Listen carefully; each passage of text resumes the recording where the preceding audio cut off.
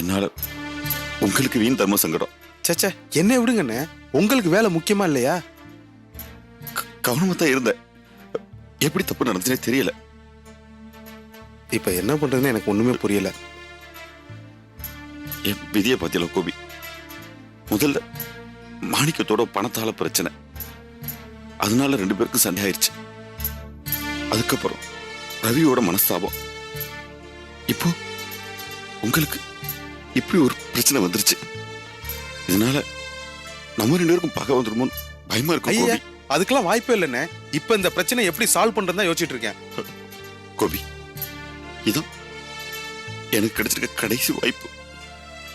இதை விட்டு நான் ஊருக்குள்ள போனேன்னா எங்க தெரு நாய் கூட எனக்கு காரி துப்பு. ஊரு பயல்கள்லாம் பொழைக்க வழி தெரியாதவன் ஏளனமா பேச ஆரம்பிச்சிருவாங்க. கோபி, கோபி, நீ ஏதாச்சும் பண்ணணும்.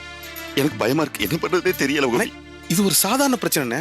இதுக்கே அவ்வளவு டென்ஷன் ஆகுறீங்க. மனசு உடைஞ்சிடாதீங்க. நான் பண்ண வேலையெல்லாம் என்ன உடைச்சிருச்சு கோபி.